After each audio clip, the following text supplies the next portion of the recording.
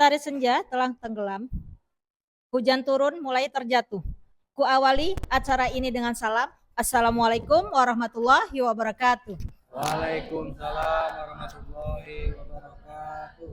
Tabik pun. Ya, Kepada yang terhormat Bapak Kepala SMP Negeri 17 Bandar Lampung, Bapak Jonri Haryadi. Yang terhormat Bapak mohon maaf, Ibu Wakil Kepala Sekolah bidang kurikulum, bidang kesiswaan dan juga Sarpras, dan teman-teman rekan-rekan guru yang saya sayangi. Hari ini kita akan mengadakan diseminasi tentang menyebarkan pemahaman dan penerapan pengalaman budaya positif. Segala puji bagi Allah atas segala nikmatnya bisa berjumpa kembali di acara ini, acara diseminasi ini. Salawat serta salam semoga senantiasa tercurah kepada Nabi Muhammad Sallallahu Alaihi Wasallam yang syafaatnya kita nantikan di yaumil akhir kelak. Amin ya robbal alamin. Agar acara kita diberkahi oleh Allah, kita mulai dengan mengucapkan lafaz basmalah. Bismillahirrahmanirrahim. Menginjak ke acara yang kedua, yaitu sambutan dari Bapak Kepala Sekolah kepada Bapak Jonri, kami persilahkan. Bismillahirrahmanirrahim. Assalamualaikum warahmatullahi wabarakatuh. Waalaikumsalam. Alhamdulillah, Rabbi sholli sadri wa yassir li amri wa tatami lisani yafqahu qawli. Rabbi zidni ilma warzuqni fahma. Rabbi tubillahi rabba wa bil islami dina wa bi sayyidina Muhammadin nabiyya wa rasul. Wala haula wala quwata illa billahi al-aliyyil azim. Seluruh rekan-rekan, khususnya calon guru penggerak, Bapak Ibu semua yang hadir di ruangan ini, terkait dengan program apa yang dilakukan oleh calon guru penggerak, maka saya atas nama Kepala Sekolah SMP Negeri 17 Bandar Lampung mengucapkan banyak terima kasih sehingga acara yang dilaksanakan ini berjalan dengan baik, dengan budaya positif di dalamnya adalah mampu meningkatkan kompetensi diri dan kemampuan bagi peserta didik. Oleh karena itu, sekali lagi kami para sekolah dan beserta jajaran mengucapkan banyak terima kasih dan kami mendoakan semoga apa yang dilaksanakan program calon guru penggerak ini menjadi nilai tambah sehingga mampu nanti menopang, mengembangkan, berkreativitas pada kita semua dalam kegiatan tersebut, bertambah mutu pendidikan khususnya di SMP Negeri 17 Bandar Lampung.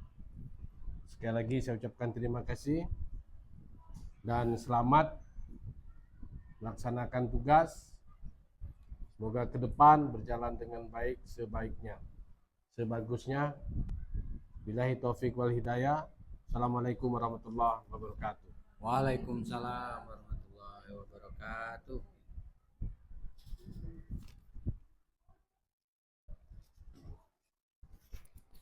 Terima kasih kepada Bapak Jonri atas sambutannya.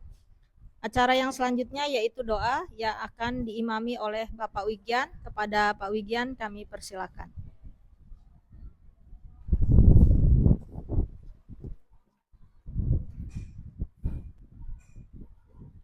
A'udzubillahi minasyaitonirrajim. Bismillahirrahmanirrahim.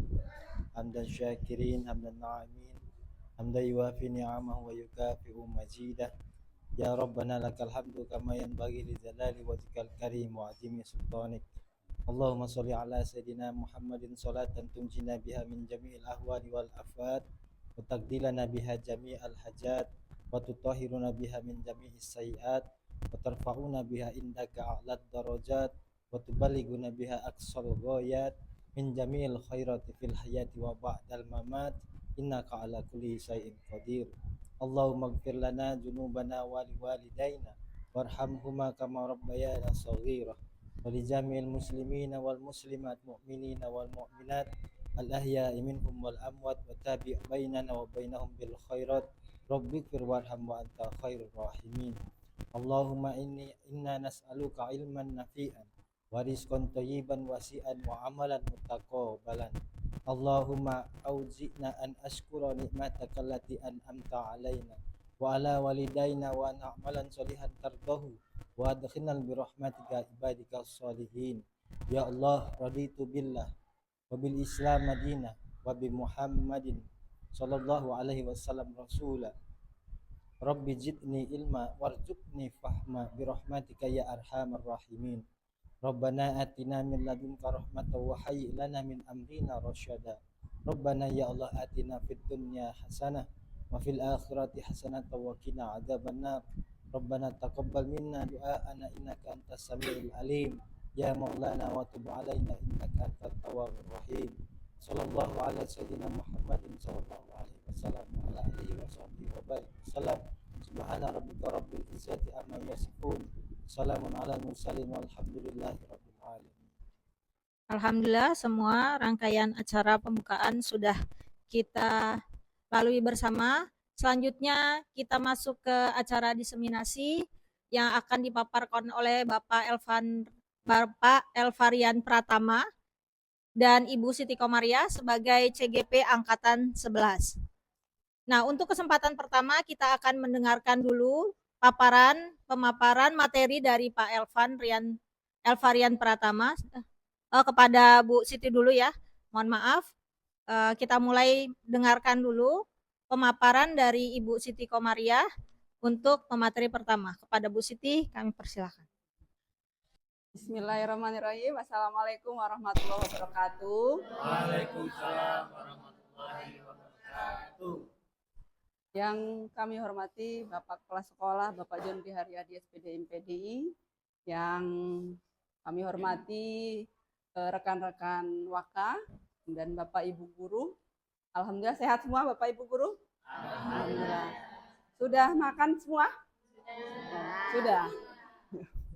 Ada yang ngantuk ya kayaknya nih. Kita berdiri dulu Ibu-Ibu. Ayo Bapak-Bapak Ibu-Ibu. Kita berdiri dulu, kita refresh dulu nih. Siapa suka hati tepuk tangan? Siapa suka hati tepuk tangan? Siapa suka hati, mari kita lakukan. Siapa suka hati tepuk tangan? Siapa suka hati petik jari? Siapa suka hati petik jari? Siapa suka hati, mari kita lakukan. Siapa suka hati petik jari? Siapa suka hati hentak bumi? Siapa suka hati hentak bumi?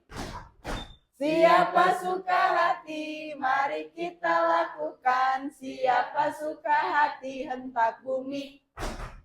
Siapa suka hati bilang amin? Amin. Siapa suka hati bilang amin? Amin. Siapa suka hati, mari kita lakukan. Siapa suka hati bilang amin? Amin. Siapa suka hati semuanya? Dari Allah. Amin. Lupa ya urutannya ya. Tepuk jari baru amin. Yuk, amin.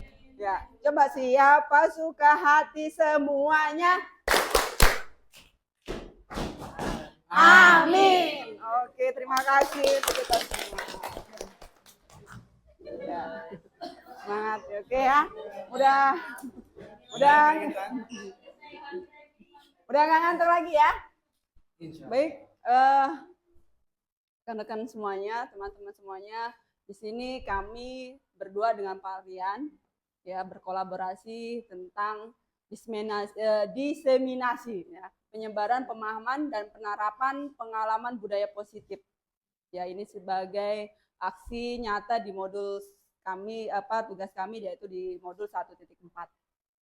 Lanjut Pak Rian.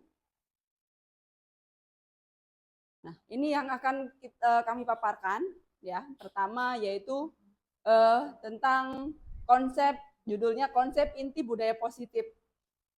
Ya, konsep inti budaya positif itu apa saja? Itu ada 8 poin yang akan kami sampaikan atau paparkan.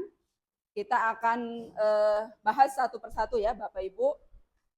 Yang pertama yaitu perubahan paradigma belajar. Ya, saya bacakan perubahan paradigma belajar, kemudian disiplin positif, kemudian nilai-nilai kebajikan, kemudian kebutuhan dasar manusia seperti apa, motivasi perilaku manusia, posisi kontrol guru, keyakinan kelas, dan segitiga restitusi. Nah, ini yang akan kami berdua dengan Pak Rian akan bahas ini ya. Kita bersama-sama diskusikan ya Bapak Ibu. Di sini bukan bermaksud kami menggurui, tidak, artinya kita sama-sama sharing ya Bapak Ibu. Kita bahas yang pertama Pak Rian, perubahan paradigma belajar. Bapak Ibu ada yang sudah tahu apa sih paradigma itu? Paradigma. Apa? Opini. Selain opini apa? Sebuah model atau pola pikir ya.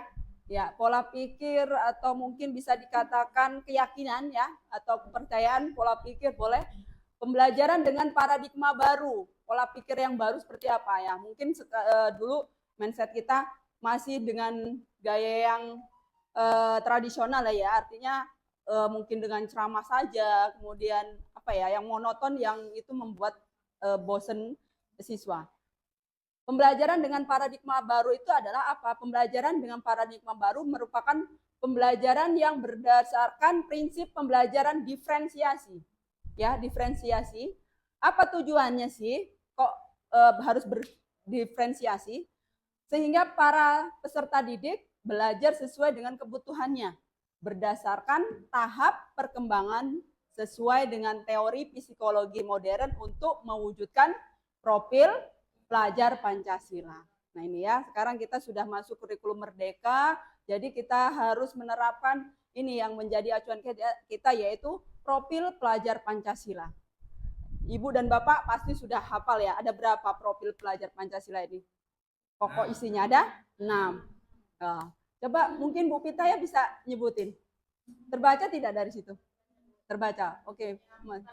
Pertama, beriman. Ya, terus? Yang kedua, berkebinekaan global. Ya, yang terus? ketiga, bergotong royong. Ya. Yang keempat, kreatif. Kemudian bernalar kritis, mandiri. Oke, ya. Itu ada. Yuk kita kasih tahu. Ya. Pak Ibu pasti sudah artinya nggak ngelihat ini udah di luar kepala ya itu ya. Nah, walaupun ini baru tapi kita sudah nggak asing lagi dengan profil pelajar Pancasila. Ya, nah ini. Jadi pembelajaran itu harus berdiferensiasi itu sesuai nanti acuannya kita adalah kepada profil pelajar Pancasila itu sudah mencakup semuanya. Ya, yang pertama itu beriman dan bertakwa kepada Tuhan Yang Maha Esa. Ya, pasti kita ini semua artinya walaupun bukan Muslim artinya tetap punya Tuhan pastinya ya. Kalau Tuhan kita Allah, kalau Tuhan mereka apa ya? Ada yang Yesus, ada yang ya macam-macam lah ya. Nah itu artinya kita semua beriman meyakini bahwa Allah itu ada, Tuhan itu ada. Kemudian berbinekaan global, ya, wawasan yang luas. Kemudian gotong royong, ini yang pasti, ini ada dari dulu zaman artinya dari penjajah kita sudah mengenal gotong royong, bergotong royong, ya. Bergotong royong ini sangat penting karena kita manusia nggak ada yang hidup bisa sendiri, ya, pasti semua membutuhkan orang. Kemudian kreatif, pasti ya anak ini kita tuntut untuk punya sikap kreativitas seperti apa, enggak diem aja seperti itu. Makanya sekarang dengan adanya kurikulum merdeka, anak dituntut untuk kreativitas tapi yang positif pastinya, ya. Kemudian bernalar kritis. Nah, kritis tapi yang kritis ini nggak jatuhin gurunya. Nanti mentang-mentang di profil pelajar Pancasila kan boleh bernalar kritis, tapi dengan gurunya semaunya. Bu, ibu ini gini. Nah, nggak sopan, itu nggak punya attitude namanya. Nah, ya saking kritisnya, semua dikritisi. Bahkan gurunya pun dikritik bla bla bla bla depan umum misalnya. Nah, itu yang salah. Nah, itu yang perlu kita jabarkan dengan siswa bernalar kritis seperti apa, ya.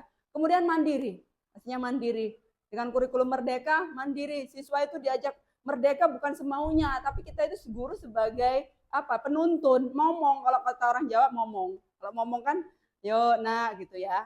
Nggak kita yang ayo anak-anak lihat di sini, kalau nggak ngelihat dimarah gitu ya. Itu sudah ya nggak seperti itu lagi. Jadi merdeka belajar artinya guru ini sebagai ngomong, nuntun supaya bagaimana anak itu menumbuhkan kreativitasnya, keluar ide-idenya, kemudian karakternya seperti apa itu biar nampak pada peserta didik. Oke, lanjut Pak Rian. Nah, miskonsepsi tentang teori kontrol. Miskonsepsi, apa sih maksudnya ini? Apa Bu Mary? Berarti salah persepsi ya. Oke. Selama ini persepsi kita itu salah, miskonsepsi tentang teori kontrol, ya. Seperti apa? Itu ada gambar apa itu maksudnya ya? Coba Bu Nunung, bisa nggak dari gambar itu apa sih gitu loh? Kok itu ada itu yang di belakang apa itu? Hah? Iya. Boneka terus nembak yang di depannya itu maksudnya apa coba kalau gitu? Itu bukan ini ya, kunci untuk kita betul ya. Oke. Jadi iya. Iya. Jadi mau kemana nih kamu? Ayo sini ya, di setir ya. Kalau ini nyetir kita, seret gitu, mau kemana kamu nih, gini ya. Nah, miskonsepsi artinya selama ini kita itu artinya salah ya tentang teori kontrol seperti apa. Ilusi guru mengontrol murid, ya. Kemudian ilusi bahwa semua penguatan positif efektif dan bermanfaat. Ilusi itu apa ya Bapak Ibu ya? Bayangan kita, hayalan kita ya, hayalan. Ilusi bahwa kritik dan membuat rasa bersalah itu mampu menguatkan karakter. Ternyata tidak ya Bapak Ibu ya.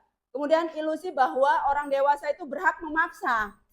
Yang ada kita itu kadang guru maksa. Kemudian kita sebagai orang tua di rumah suka marah sama anak. Ya, masih seolah-olah kita itu jadi ya itulah berkuasa dan berhak marah. Nah, itu sebenarnya tidak seperti itu ya Bapak Ibu. Nah, inilah yang artinya kesalahpahaman tentang teori kontrol yang selama ini kita memang ada pada diri kita. Ya enggak sih Bapak Ibu? Ya, itu pun begitu juga dengan saya seperti ini ya sama. Lanjut Pak Rian. Nah, nih bagaimana sih mengubah paradigma stimulus respon kepada pendekatan teori kontrol tadi?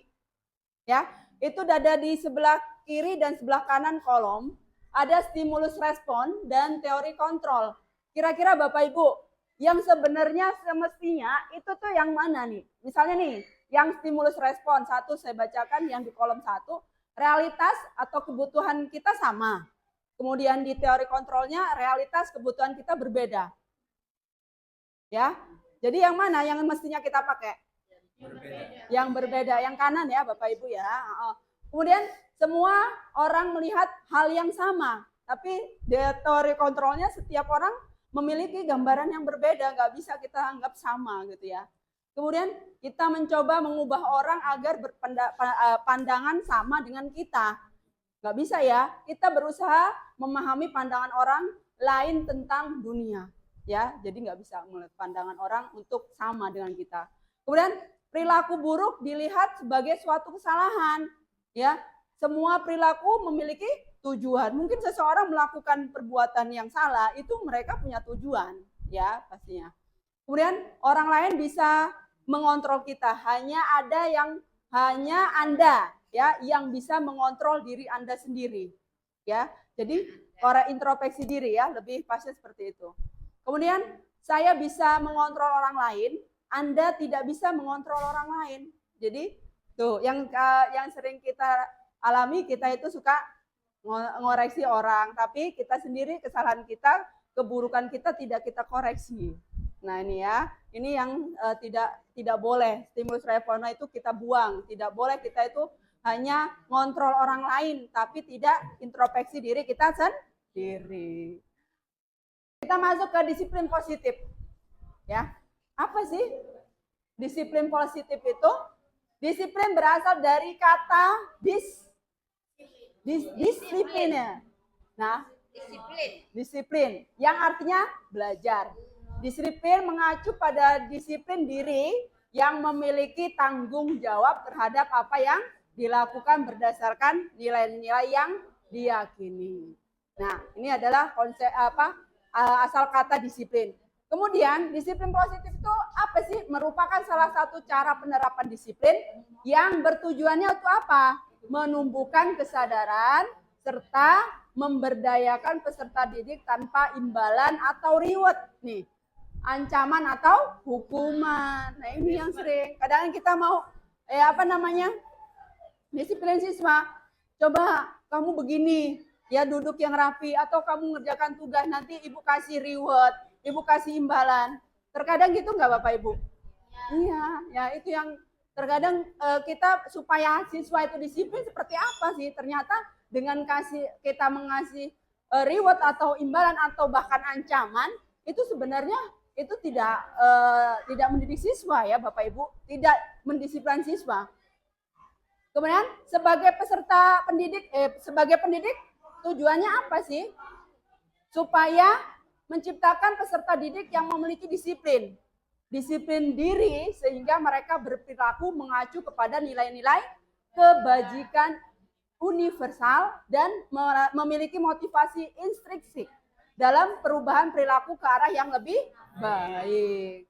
Ya, ini Bapak Ibu, artinya ketika kita mau mendisiplinkan siswa, ini memang masih sulit kalau kita mau berubah ya. Kita lihat siswa-siswi kita kalau nggak dihukum, kalau nggak dikasih ancaman, nggak dikasih hukuman, besok akan diulang lagi. Nah ini adalah PR besar bagi kita, bagaimana mendisiplinkan siswa tanpa tadi ancaman, tanpa dan hukuman.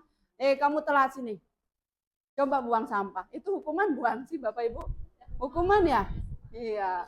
Nah kemarin sih ngobrol dengan Pak John, kepala sekolah, ketika coba anak itu telat, datang ke sekolah jam 7 lebih, udah lewat pintu belakang, silakan Bu dikumpulkan, kemudian disuruh baris, kemudian suruh masuk, ambil air wudhu, kemudian suruh sholat duha. Itu pernah saya lakukan memang. Kemudian setelah sholat duha, sambil diawasi, kalau anak-anak tahu sendiri, kita nggak ngawasin, ada yang mainan, ada mungkin yang balik lagi ke kelas. Setelah sholat duha, coba suruh menghafal ayat-ayat pendek. Nah ini sebenarnya bermanfaat ya Bapak Ibu ya. Nah itu ada beberapa kemarin yang seminggu yang lalu itu sudah pernah saya terapkan. Nah itu berdampak sebenarnya. Besok lagi kalau kamu telat 4 surat atau dari 2 surat jadi 3, besok lagi 4. Nah takut dia. Ada rasa wah besok saya lagi suruh hafalan banyak lagi.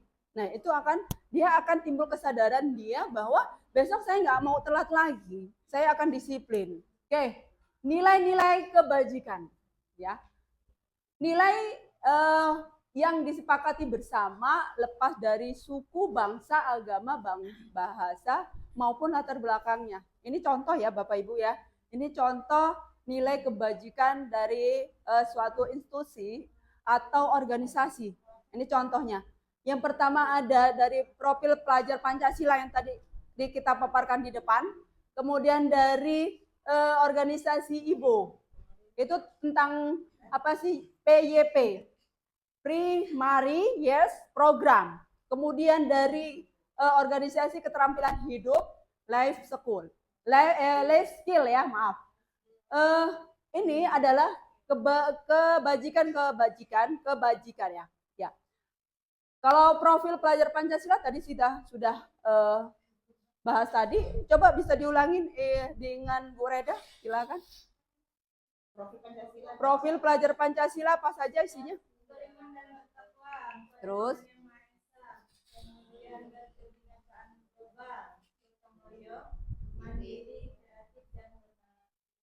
oke, ya, itu tadi tentang nilai dari profil pelajar Pancasila. Kemudian dari organisasi Ibu, mohon untuk Bu Mary silakan dibaca apa saja sih nilai-nilainya.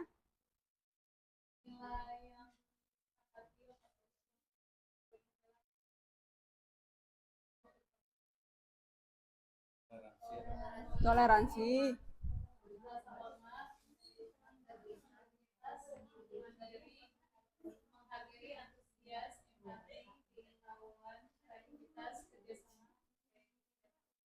Oke, ya.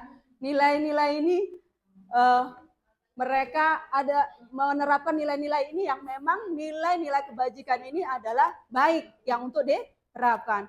Kemudian dari keterampilan hidup atau life skill. Bu Ayu, silakan coba dibaca apa saja sih nilai kebajikannya. Dapat dipercaya, lurus hati, pendengar yang aktif, tidak merendahkan orang lain, dan memberikan yang terbaik dari diri. Oke, ya. Artinya nilai ini memang sudah mereka terapkan ya, bagus. Karena nilai-nilai kebajikan ini pastinya akan membawa dampak yang positif pada suatu organisasi atau institusi. Ya, Bapak Ibu ya. Nah, harapan kita sebagai pendidik ya, kita di institusi yaitu sekolah yang berhubungan dengan siswa, siswa kita, ini yang kita terapkan yaitu profil pelajar Pancasila. Bagaimana menciptakan pelajar yang beriman dan bertakwa kepada Tuhan Yang Maha Esa. Kemudian siswa yang berakhlak mulia, kemudian berkebinekaan global, kemudian gotong royong, mandiri dan bernalar kritis. Ini tugas kita bersama untuk menerapkan profil pelajar Pancasila agar nantinya setelah mereka lulus dari sekolah SMP 17 ini bisa loh ya menerapkan profil pelajar Pancasila ini. Dan ini sudah kita artinya dalam kita pembelajaran sehari-hari pun harus menerapkan profil pelajar Pancasila ini ya. Oke, lanjut Pak Rian. Kita lanjut kebutuhan dasar manusia. Manusia ini pasti nggak ada yang nggak punya kebutuhan ya Bapak Ibu ya. Iya kan? Apa sih? Iya, banyak. Nanti kita lihat ya apa saja. Nah, kita apa sih kebutuhan dasar manusia? Oke. Kebutuhan dasar manusia adalah segala sesuatu yang kita lakukan untuk mendapatkan apa yang kita inginkan. Segala sesuatu yang kita lakukan untuk mendapatkan apa yang kita inginkan. Seluruh tindakan yang kita lakukan memiliki tujuan tertentu pastinya, ya. Dan semua usaha terbaik yang kita lakukan adalah dalam rangka kebutuhan dasar kita terpenuhi dengan baik, ya. Nah, kita lanjut Pak Rian. Apa sih kebutuhan dasar manusia itu? Nah, ini dia. 5 kebutuhan dasar manusia. Ya, ini ya. Oke. Iya. Ada 5 kebutuhan dasar manusia. Oke. Pasti orang itu ingin bertahan hidup. Ya kan?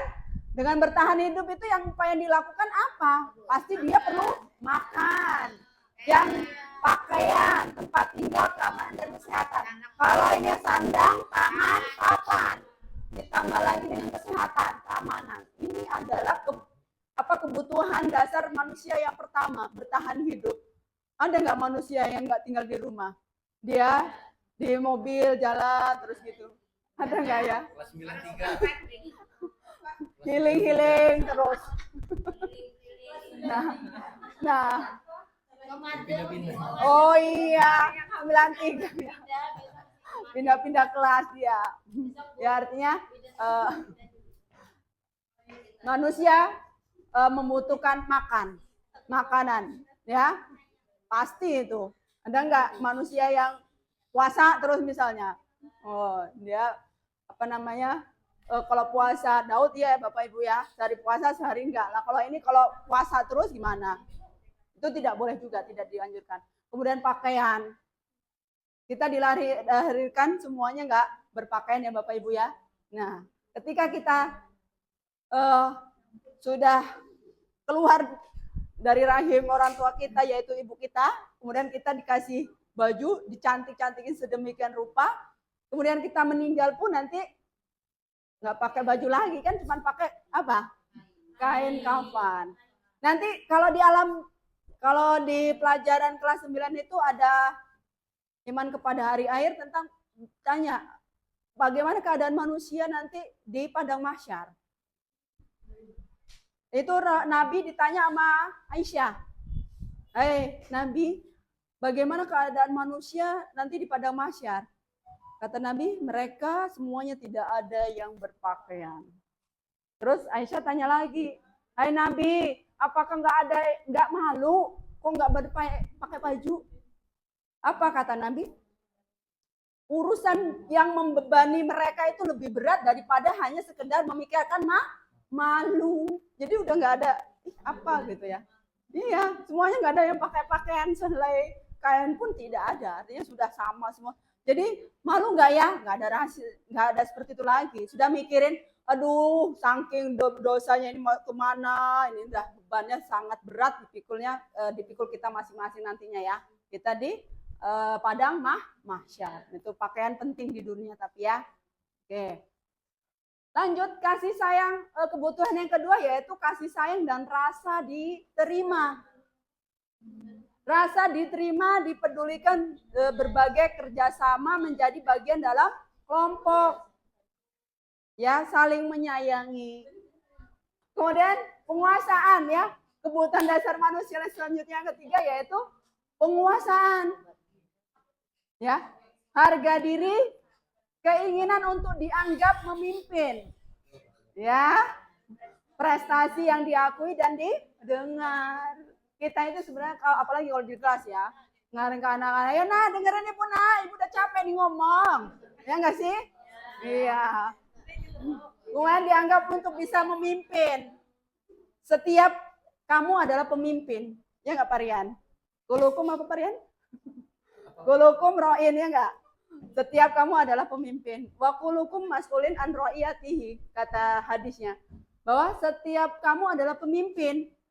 Ya, dan setiap pemimpin akan ditanyai tentang kepemimpinannya.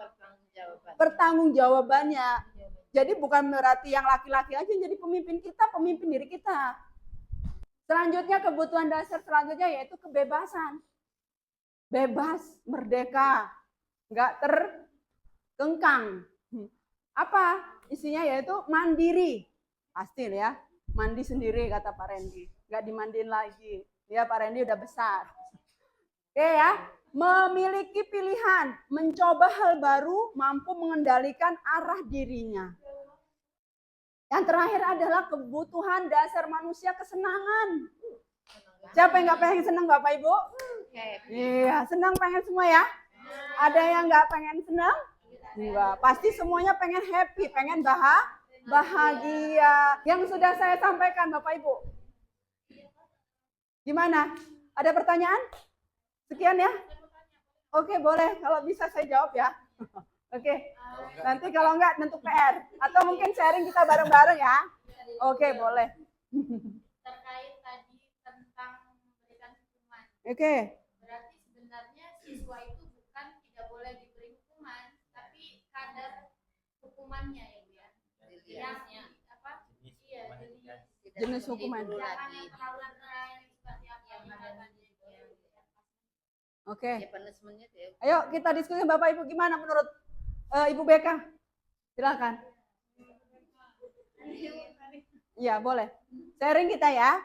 Ya, di sini saya juga bukan menggurui juga kok. Kita sama-sama belajar Bapak Ibu. Mungkin kalau untuk yang menurut Bapak menghadapi siswa yang memang ada masalah untuk punishment, mungkin kalau untuk di lingkungan kita gitu ya Bu ya, untuk memberikan punishment yang mendidik itu butuh proses Bu. Mungkin kan yang lebih baiknya tuh jenis punishment yang lebih mendidik.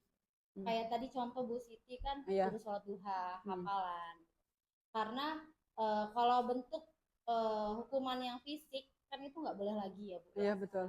Atau mungkin dengan cara misalkan siswa terlambat sudah lebih dari 3 atau sampai 5 kali bisa kita diskusikan atau kita panggil orang tuanya gitu. Jadi kita tahu alasan anak itu terlambat kenapa. Kita nggak tahu misalkan anak di rumah siapa tahu memang dari pagi dia ikut dagang atau dia bantu cari apa ya misalnya cari nafkah dengan orang tuanya atau memang dari dasar anaknya yang malas gitu loh. Kalau dari BK mungkin ya jenis punishment yang mendidik gitu ya Bu, atau ya lebih dikonsultasikan lagi dengan orang tua. Oke. Ya, terima kasih Bu Tika. Oke, Bu Pita ya. Oke ya.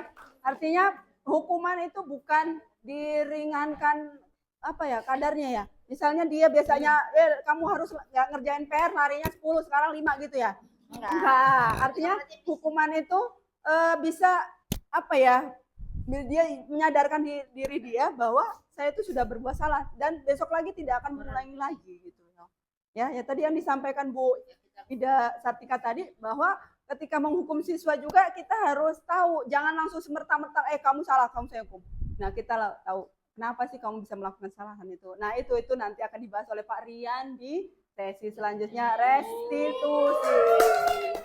Mungkin dari saya cukup ya Bapak Ibu ya. Mohon maaf bila terdapat salah kata. Saya bukan menggurui Bapak Ibu semua. Terima kasih atas partisipasinya. Saya lanjutkan dengan teman CGP saya Pak Elvarian Pratama. Silakan.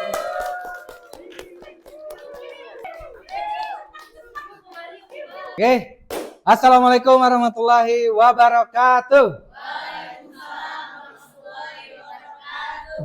Masih semangat ibu-ibu, bapak-bapak? Semangat ya? Oke, semangat pagi. Selamat pagi. Ya, ini siang menjelang sore, tapi semangatnya tetap harus semangat. Ya masih fokus ya? Ya, tepuk 1, tepuk 2. Oke, masih fokus berarti.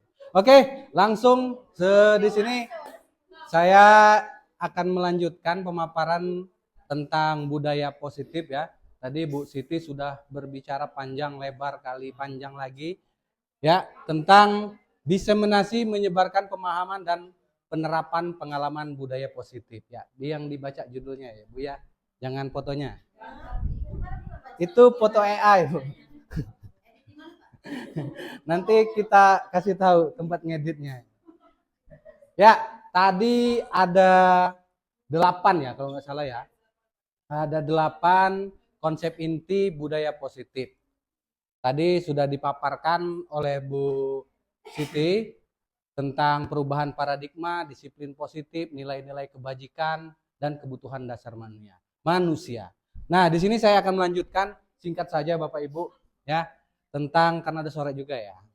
Ya, motivasi perilaku manusia, posisi kontrol guru, keyakinan kelas, dan terakhir segitiga restitusi. Segitiga? Iya, bukan. Nah, awas, hati-hati. Restitusi. Ya. Nah, kembali ke tadi kalau Bu Siti tadi sudah membahas tentang kebutuhan dasar manusia. Bertahan hidup, kasih sayang dan rasa terima, penguasaan, kebebasan dan kesenangan. Nah, di sini saya akan melanjutkan yaitu motivasi. Apa sih motivasi perilaku manusia? Setiap manusia melakukan sesuatu itu pasti ada motivasinya. Ya. Yang pertama, motivasi eksentrik. Motivasi yang dari luar.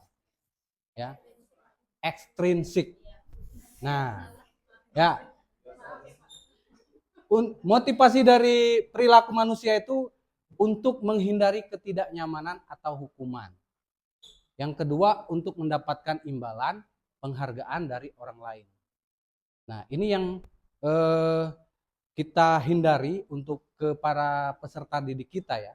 Jangan sampai mereka melakukan sesuatu itu, melakukannya untuk motivasinya dua ini.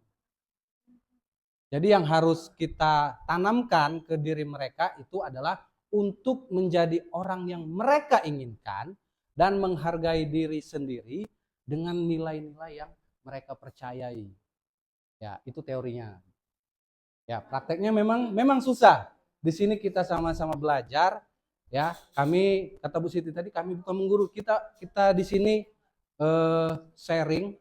Nah, di sini ada guru BK hadir semua, 5-5-nya. Tepuk tangan untuk guru BK. Ya. Dan wali-wali kelas sudah hadir semua, wakanya juga hadir. Jadi kita sama-sama belajar ya Bapak Ibu. Ini 3 tentang motivasi perilaku manusia. Nah, ini hukuman, konsekuensi, dan apa Bu? Restitusi. Ya, kalau hukuman itu tidak terencana, tiba-tiba. Terus murid tidak tahu apa yang akan terjadi atau tidak dilibatkan, bersifat satu arah, berupa hukuman fisik atau psikis. Kata Bu Ida tadi, nggak boleh lagi ya sekarang ya Bu ya. Hormat bendera 1 jam, gitu. Udah nggak boleh lagi. Itu udah gaya lapangan. Kita kata Bu Ida tadi bukan menghukum. Apa tadi Bu namanya Bu? Ya, punishment. Jadi berikan sesuatu itu yang memang berhubungan dengan apa yang mereka lakukan. Atau yang bisa bermanfaat lah. Jadi kalau mereka tidak pakai atribut, ya, dengan hormat bendera tidak akan lengkap kan atributnya juga. Betul nggak? Ya. Ya boleh, kalau kita punya rezeki kita beliin. Kita tanya dulu kata Bu Ida tadi, kenapa nggak ada atribut? Mana tahu memang nggak punya. Ya karena sekolah kita ini kan 90%. Ya, menengah ke bawah, bawahnya lagi. Dasarnya. Kita sama-sama saksikan ya Bapak Ibu, pada saat survei itu memang di sekolah kita itu memang rata-rata memang orang-orang yang butuh perhatian tadi. Jangan tiba-tiba anaknya nggak ada atribut, kita just kamu tidak mau pakai atribut, bukan. Tapi kita tanya dulu, kita cari dulu apa sih penyebabnya. Kedua, konsekuensi. Konsekuensi terencana atau disepakati, murid tetap dibuat tidak nyaman, cik monitor murid. Nah yang terakhir ini proses menciptakan kondisi bagi murid untuk memperbaiki kesalahan, proses kolaboratif yang mengajarkan murid untuk mencari solusi sendiri. Nah ini, jadi yang paling bagus yang mana sebetulnya Bu? Ya, restitusi. Apa Ibu? Restitusi. Itu harus kita harus kita biasakan. Restitusi. Nah, sekarang masuk ke, kan cepet kan? 4 kan tadi kan? Ini udah masuk ke kedua. 5 posisi kontrol guru. Ya, 5 posisi kontrol guru. Yang pertama, penghukum. Yang kedua, pembuat rasa bersalah. Yang ketiga, bagai teman. Keempat, pemantau. Ya, yang kelima, manajer. Nah, ini nanti kita sama-sama belajar. Habis itu nanti ada kuis lah. Ada kasus itu dia itu sebagai apa. Nanti ada hadiah. Kebetulan saya sudah bekerja sama dengan Bendahara Bos. Alhamdulillah. Iya. Alhamdulillah beliau berbaik hati, jadi untuk mendukung ini nanti boleh katanya, nanti dibolehkan untuk memberikan hadiah. Ya, kita doakan ya Bendahara Bos kita semoga sehat selalu, lancar rezekinya. Bapak Elpa.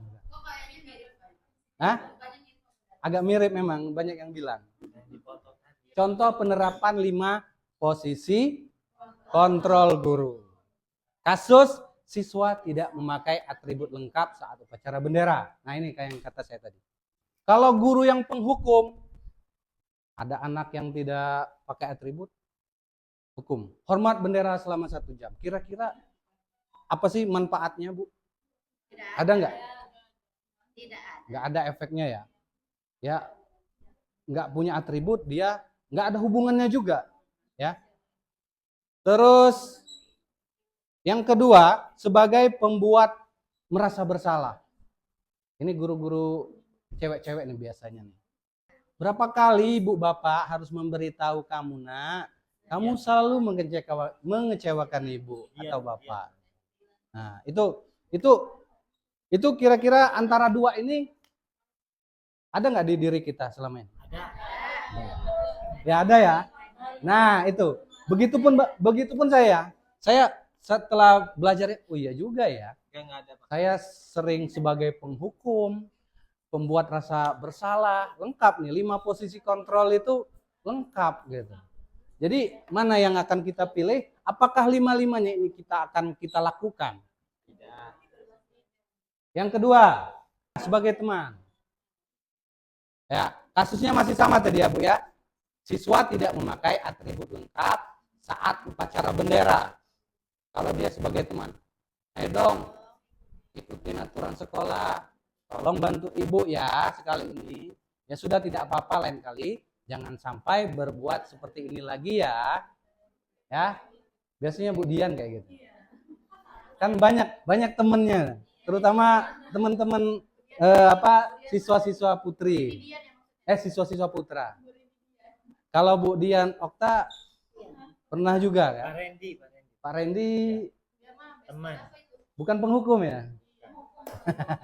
Oke, selanjutnya jika sebagai pemantau, jadi Bapak atau Ibu memposisikan diri sebagai pemantau. Ini kasusnya. Kamu sudah melanggar peraturan sekolah, kamu tahu konsekuensinya. Setelah upacara kamu beli atributnya ke koperasi dan jangan diulangi lagi. Ya. Bu Nina ya, yang jualan atribut, memanfaatkan momen. Itu kalau sebagai pemantau, ciri-cirinya seperti itu. Nah, ini yang terakhir, apakah kamu tahu kesalahanmu? Kira-kira bagaimana kamu memperbaiki kesalahanmu?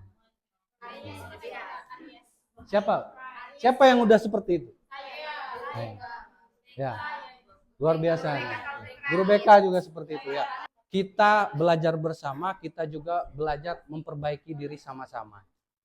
5 posisi kontrol guru tadi kita sudah lihat, ada 5-nya, ada sebagai penghukum, sebagai teman, terus pemantau, dan terakhir manajer. Kita lebih upayakan kalau kita tuh, apalagi di kurikulum Merdeka ini, kita itu ini aja sebagai manajer. Jadi anak itu biarkan mereka mencari tahu kesalahannya, terus biarkan mereka memikirkan untuk solusinya. Kalau kata Ki Hajar Dewantara itu, menuntut anak atau mendidik anak itu harus sesuai dengan kodrat alam dan kodrat zaman. Zaman kita ya sudah nggak bisa main kekerasan lagi. Ini ada 5 kasus, ya, ada 5 kasus. Nanti yang benar nanti dapat hadiah. Yang mau menjawab nanti angkat tangan dulu, saya tunjuk baru menjawab ya. Sepakat? Sepakat ya? Oke. Oke, siap Bu? Siap. Oke. Saya kecewa sekali dengan kamu. Angkat tangan. Oke, Bu Nina. Sebagai siapa? Apa? Oke. Oh, sebentar. Jangan jawab dulu, jangan jawab. Bu Nina apa, Bu? Pemantau. Oke, nanti masih ada 5 lagi. Masih ada 4 lagi ya. Masih ada. Saya kecewa sekali dengan kamu. Bu Nina tadi menjawab apa, Bu? Pemantau. Boleh ada jawaban yang lain? Bu Mary? Pembuat rasa bersalah. Ada lagi pilihan jawaban lain? Ayo, silakan. Nanti yang benar ya kita sepakat ya, yang kita kasih reward ya. Apa? Sebagai teman. Saya kecewa sekali dengan kamu. Oke, kita lihat jawabannya sama-sama ya.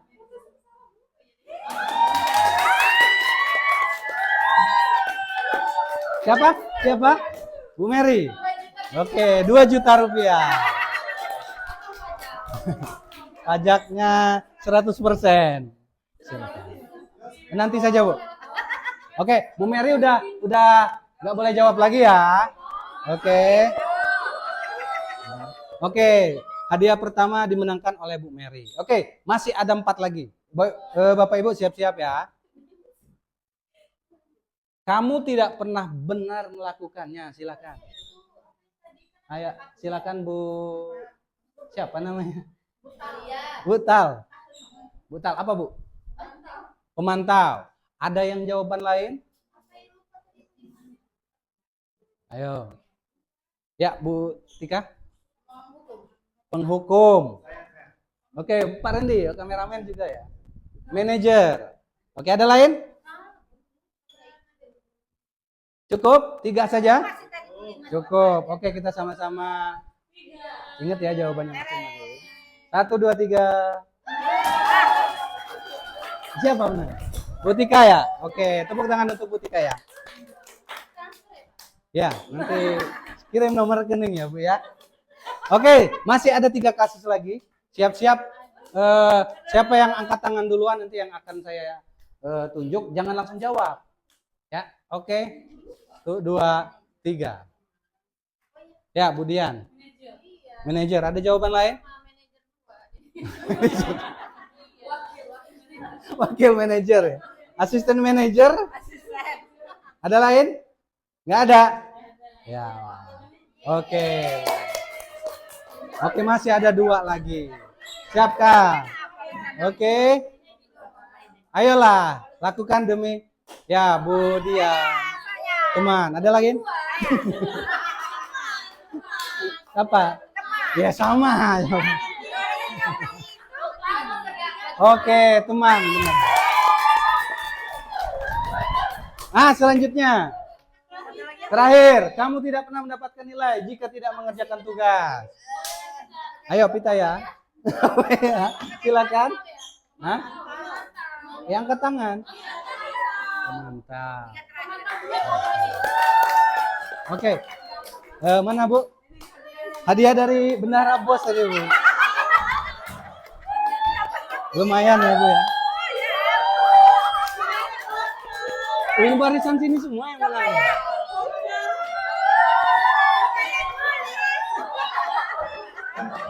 Oke. Hah? Habis Bu. Ya, nanti akan ada kuis-kuis lainnya. Nanti bisa mungkin hadiahnya lebih menarik lagi. Oke, ya, jadi paham ya. Jadi ada berapa tadi Bu? 5 posisi kontrol? 5. Sebagai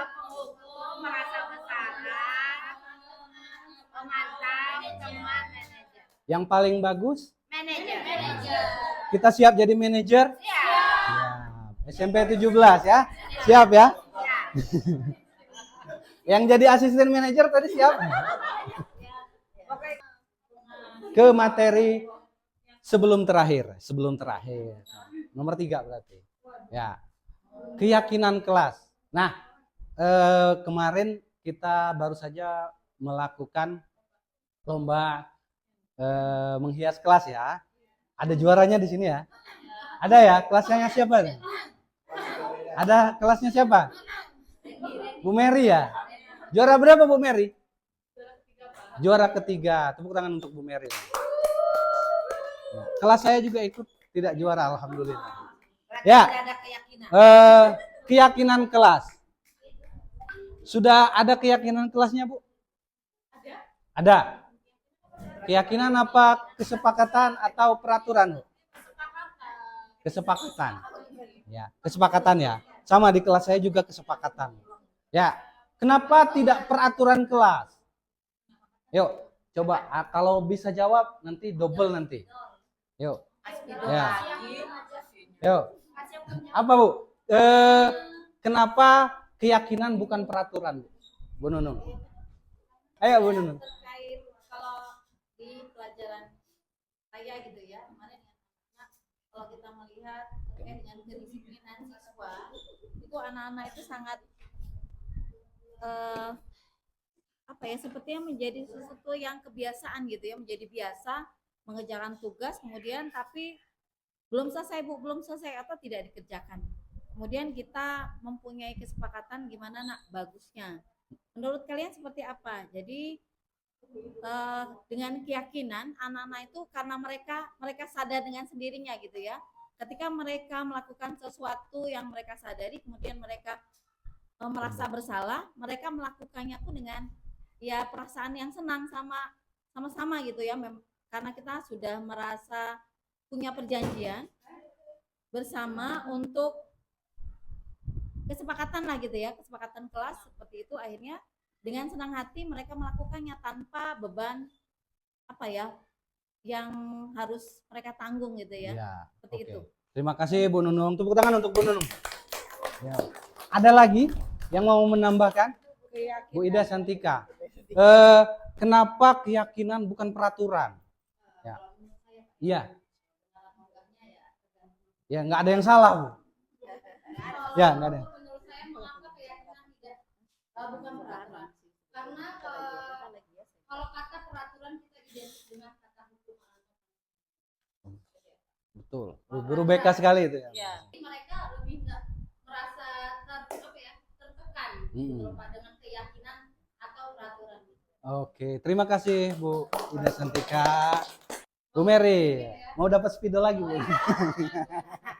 Silakan Bu Mary. Kayaknya sama sih kalau masalah keyakinan itu kan keyakinan ya, jadi dilakukannya itu keyakinan berdasarkan kesepakatan bersama-sama. Jadi kalau udah yakin bersama-sama kita lakukan pasti akan jadi baik gitu ya. Tapi kalau peraturan, yang namanya peraturan itu berarti kan sifatnya objektif ya. Apa? Dia itu berarti satu orang yang menetapkan. Tapi kalau keyakinan sama-sama kesepakatan ya. Oke. Tepuk tangan untuk Bu Mary, tepuk tangan untuk kita semua. Ya. Ya, betul. Kalau peraturan itu yang buat guru. Nah, terkesan kita otoriter. Jadi yang terlambat denda Rp1.000. Nah, yang tidak mengerjakan tugas 5.000. Nah, kalau keyakinan kelas, yakin. Apa sih yakin? Kalau dalam bahasa Islamnya itu apa sih yakin itu? Apa Pak? Iman. Ya, iman. Kita beriman. Kalau kita Muslim semua ya Bu ya, Bapak. Kita beriman kepada Allah. Kita berarti kita ya yakin. Kalau keyakinan itu satu, hormat. Nah, hormatnya kepada siapa? Nanti kita belajar lagi. Ya, kita bertemu lagi di materi selanjutnya ya. Ya, nanti kita buat hormat. Ada dua model. Diagram T, diagram Y. Ya, Bapak Ibu kita belajar bersama lagi ya. Sekarang karena waktunya sudah mepet, jadi kita agak kebut aja ya. Masuk ke materi terakhir. Segitiga restitusi. Segitiga restitusi. Ya. Apa itu segitiga restitusi? Yaitu suatu proses dialog yang dijalankan oleh guru agar dapat menghasilkan murid yang mandiri dan bertanggung jawab. Bapak Ibu, tadi kita sudah bahas posisi kontrol kita itu tadi sebagai apa yang paling bagus? Sebagai ya, jadi kita hindari kita sebagai penghukum, hindari kita sebagai pembuat rasa bersalah, sebagai teman, sebagai pemantau. Kita tuh manajer. Kita tanya anaknya, makanya kita buat keyakinan tadi dulu. Kita buat keyakinan yang disepakati. Setelah itu nanti biarkan mereka sadar sendiri dan biarkan mereka untuk melakukan apa selanjutnya. Jadi tugas kita guru itu seperti itu saja. Kita tidak bisa mengontrol seperti gambar yang ditunjukkan oleh Bu Siti tadi ya.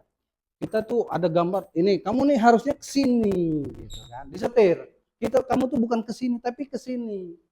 Biarkan mereka berpikir sendiri, biarkan mereka mandiri dan bertanggung jawab atas siapa? Atas dirinya sendiri. Kita itu hanya sebagai manajer. Ya, ada segitiga, namanya segitiga ya, berarti ada 3. Merah, kuning, dan hijau. Bukan warnanya Bapak Ibu. Ya, itu biar bagus saja. Ya, segitiga restitusi yang pertama itu adalah menstabilkan identitas. Nah, nanti akan ada contoh dialog yang sudah kami lakukan kepada siswa. Contohnya ya, itu bukan terjadi sebenarnya. Yang kedua, validasi tindakan yang salah. Nah, menstabilkan identitas. Yang kedua, validasi tindakan yang salah. Dan yang ketiga, menanyakan keyakinan. Nah, makanya kata saya tadi, kita buat keyakinan dulu. Keyakinan yang disepakati. Karena segitiga restitusi, kalau kita tidak atau belum buat keyakinan kelas, nggak bisa kita yang merahnya itu. Karena belum buat keyakinan. Berdasarkan menstabilkan identitas, berdasarkan prinsip membuat kesalahan bagian dari proses pembelajaran. Kemarin ada kejadian dan saya mempraktekkan segitiga restitusi dalam menangani permasalahan anak tersebut. Kemarin ada anak kelas 79 atas nama Dewi, itu 3 hari tidak sekolah. 3 hari tidak sekolah, matanya bengkak. Dan kawan-kawannya ini membuli di WA itu ngomongnya, udah kamu pura-pura sakit kok main HP. Terus ujung-ujungnya karena dia merasa diserang, akhirnya dia ngelawan, keluarlah kebun binatang lah, terus wanita-wanita restitusi tadi gitu kan. Nah, seperti itu. Setelah itu saya panggil anak-anak itu, terus ya ini yang pertama itu. Saya tanya dulu, kenapa kamu Bapak panggil? Anak-anak itu pasti tahu lah, ya. Distabilkan dulu identitasnya bahwa anak yang melakukan kesalahan ini bukan serta-merta anak itu nakal. Intinya seperti itu. Jadi kita stabilkan bahwa setiap manusia itu akan atau pernah melakukan kesalahan dan berbuat salah itu wajar. Tidak ada manusia yang sempurna. Nah, kalau kamu sakit cantengan 10 jarinya cantengan, bisa main HP enggak? Enggak bisa. Nah, itu. Jadi itulah kalau dalam Islam itu ada yang namanya tabayun. Cross check dulu. Kenapa Dewi itu? Ternyata memang benar matanya itu bengkak 3 hari, baru hari ini dia masih bengkak sampai hari ini, tapi dia udah berani sekolah. Ya, karena matanya bengkak. Nah, matanya Dewi ini bengkak. Nah, bengkak sebelah. Bisa main HP tidak? Bisa sih, Pak. Nah, itu. Makanya kita perlu tabayun. Ya. Kita validasi tindakannya saja udah melakukan. Kenapa dia melakukan itu? Karena apa? Karena dia nggak percaya kalau kawannya itu sakit. Alasannya karena ngeliatin status dia katanya. 3 hari dia nggak sekolah. Menanyakan keyakinan. Berdasarkan prinsip teori kontrol bahwa pada dasarnya kita termotivasi secara intrinsik. Nilai apa yang telah disepakati bersama. Setiap kelas, apalagi Pak Rendi 19 kelas. Ya, tepuk tangan untuk Pak Rendi. 19 kelas. Gaji honornya paling besar. Ya, Bapak restitusi ya. Ya, jadi itu keyakinan kelas. Jadi kita buat dulu biar kita bisa melakukan segitiga restitusi tadi. Tidak wali kelas tidak jadi alasan. Saya kan bukan wali kelas, saya nggak bisa buat keyakinan kelas. Bukan Bapak Ibu. Ya. Setiap kelas itu buat keyakinan kelasnya itu setiap guru mapel juga membuat keyakinan kelas kita di pertemuan pertama. Bukan hanya wali kelasnya, tapi kita dulu buat juga apa keyakinan yang kita sepakati tadi. Jadi bisa kita pergunakan segitiga restitusi ini. Contoh, kita nonton sebentar ya Bapak Ibu.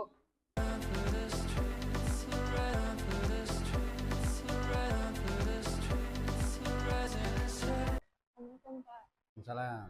Silakan duduk. Ya. Gisel, tahu kenapa Bapak panggil ke sini? Tahu Pak, saya makan saat jam pelajaran berlangsung. Kenapa Gisel makan di kelas? Lapar Pak. Lapar. Bapak tahu makan itu kan suatu kebutuhan manusia. Pada saat lapar, ya Bapak juga pengen makan. Tapi harus tahu kapan waktunya kita makan. Ya. Emang Gisel tadi tidak sarapan? Tidak Pak. Kenapa tidak sarapan? Kalau sarapan nanti telat berangkat sekolahnya. Emang Gisel bangun jam berapa? Bangun jam 6.30, lalu bantu ibu jam 7. Pas saya berangkat ke sekolah. Gitu. Apa yang Gisel lakukan memang sudah benar. Yang Bapak pertanyakan, apakah Gisel masih ingat tentang kesepakatan kelas yang sudah kita buat? Pak, kita menghargai orang lain dan menghargai diri sendiri. Ya. Kalau makan di kelas itu sudah menghargai orang lain dan diri sendiri? Belum, tidak Pak, tidak menghargai. Bapak di sini tidak mencari siapa yang salah atau apa yang salah, tapi Gisel buat solusi sendiri. Bagaimana caranya agar perbuatan itu tidak terulang ya? Ya Pak, Gimana? saya akan bangun lebih awal untuk sarapan dari rumah atau saya makan di kantin sebelum jam pelajaran dimulai. Baik, terima kasih atas kerjasamanya. Oke, sudah. Kasih, jangan diulangi lagi ya. Siapa? Maaf ya Pak. Ya.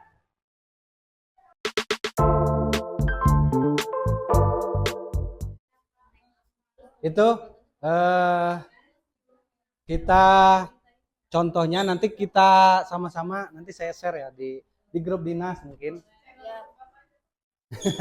Jangan lupa like dan subscribe-nya. Nanti kita sama-sama belajar tentang segitiga restitusi dan cara penerapannya kepada siswa kita. Segitiga apa, Bu?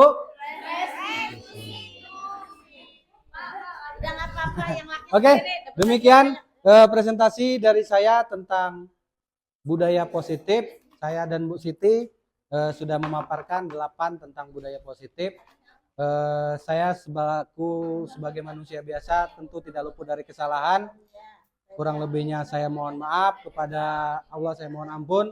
Saya akhiri, wallahul muwaffiq ila aqwamit thoriq. Wassalamualaikum warahmatullahi wabarakatuh. Saya kembalikan ke moderator.